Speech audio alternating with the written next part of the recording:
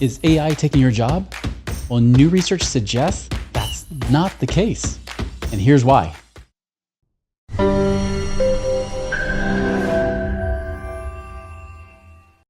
Hello, my fellow Ripplers. This is Chris Miles, your cash flow expert and anti-financial advisor. This show is for you if you want your money working harder for you, so you don't have to work so dang hard for that money. You want to become work optional, where you have enough passive income to work because you want to, not because you have to. Guys, I appreciate you tuning in. Thank you for being a part of this show. Because of this, we've been able to create a ripple effect through your lives as well, including over 1,000 of you being able to improve your cash flow by over $350 million in the last 16 years. If you would like to know how to do that for yourself, reach out to us at moneyripples.com. All right, guys. So AI has been all over the news, and everybody's talking about AI taking jobs. Obviously, businesses, including Oracle and companies like that, tech businesses have been blaming AI for the slowdown, for taking people's jobs. However, new research from multiple sources is saying that's not true. And guys, I'm not surprised. I've been calling it, and now research is starting to back it up.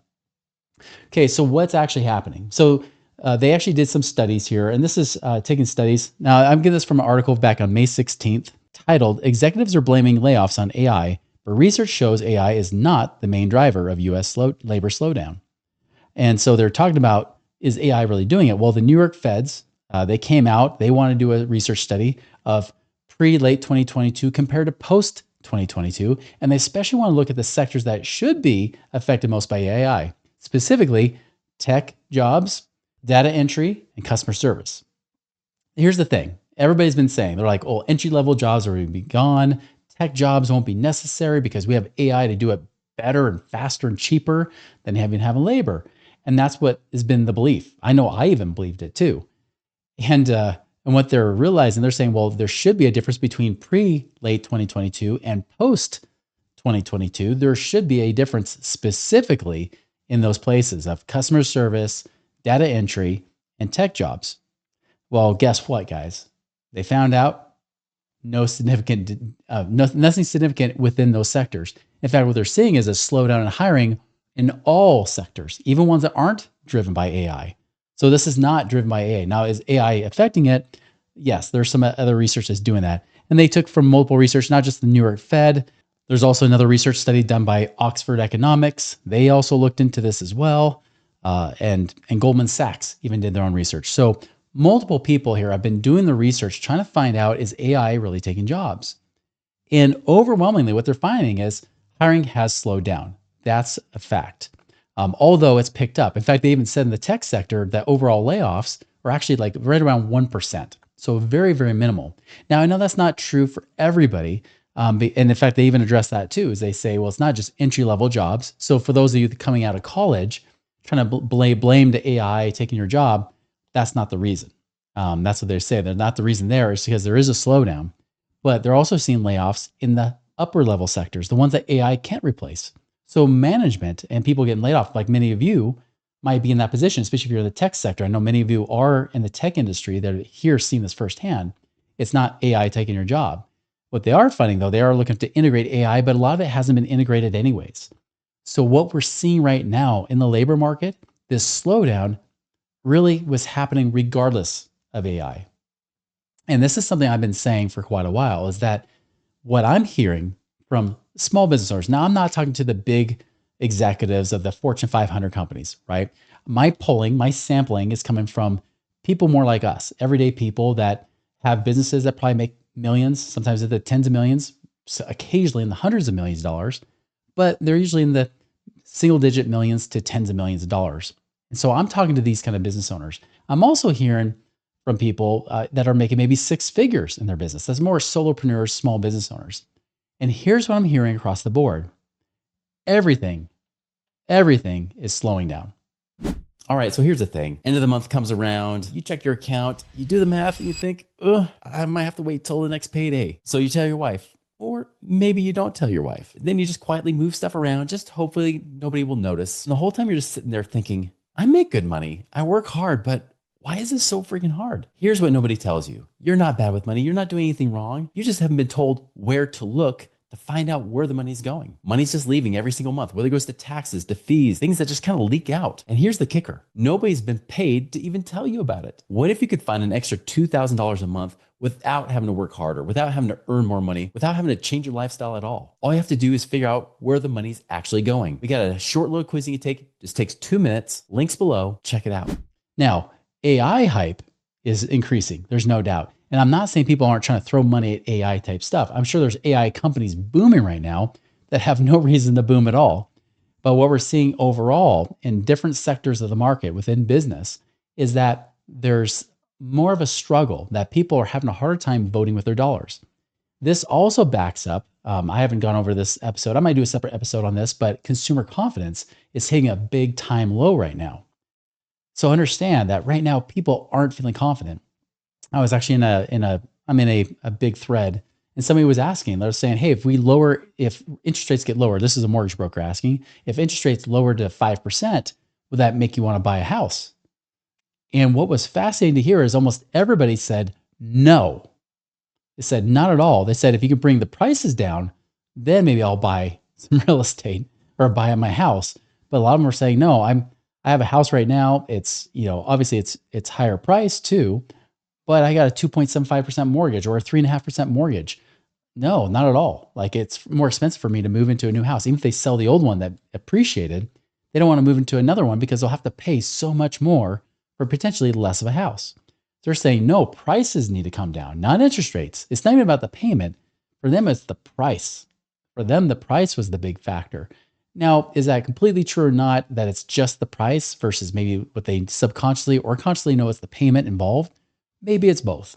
But either way, they're saying prices are too high. They feel like right now, life is unaffordable.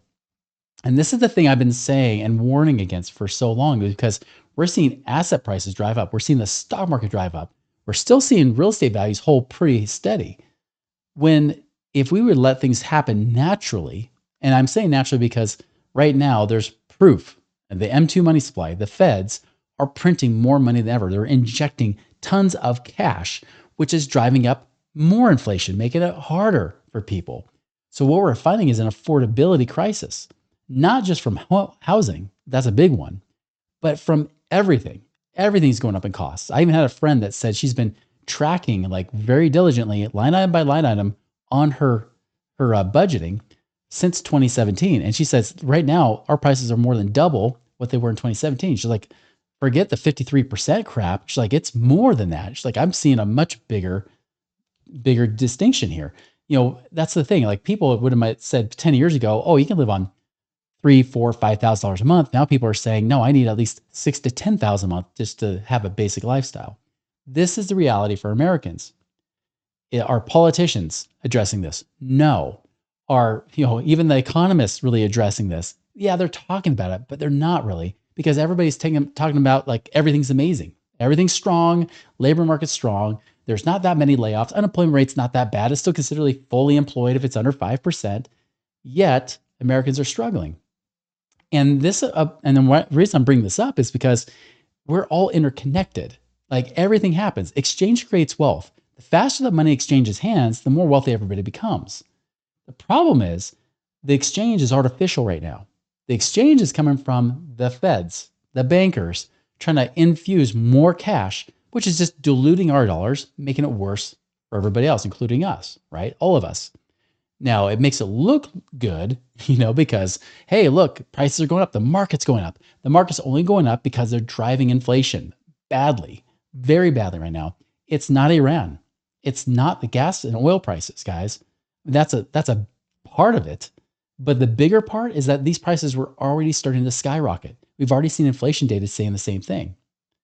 And how this comes full circle with talking about AI and jobs in the labor market is that when there's an affordability crisis with the average American, where they have less dollars to spend and use, and they're trying to live just with these dollars, whatever they can do, and they're just trying to do whatever they can to make ends meet, and they're starting to run up credit card debt more, or trying to do now, because credit card debt even went down for a bit because they consolidated into other loans to try to bring down the interest rates and such.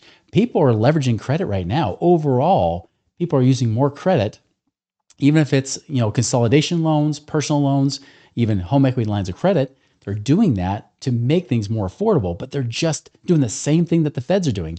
If you've been following this podcast, you're probably looking for great ways to create passive income right now, right? Well, we got you covered here with Central Lending. Central Lending specializes in alternative investments that actually are designed to create steady returns and long-term financial security for you and your family.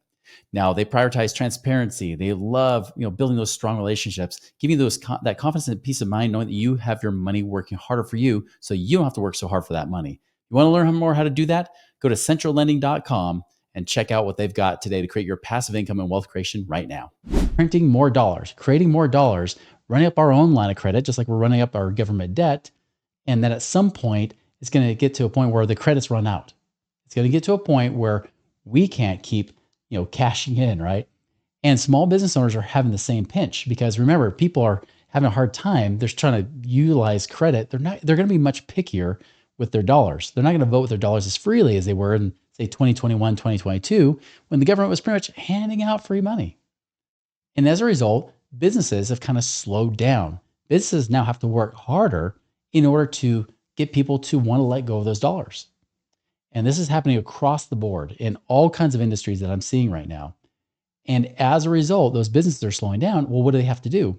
They're saying now, okay, great. Well, let's not hire as much. Or if they hire, they got to hire wisely. They got to hire somebody that's going to bring back more dollars. But I've seen a lot of people cut back on their labor force, even in the small business, not just the big corporations, not just Facebook, not just, all these other companies you're seeing do that. That's not the case. We're seeing this happen in small businesses as well.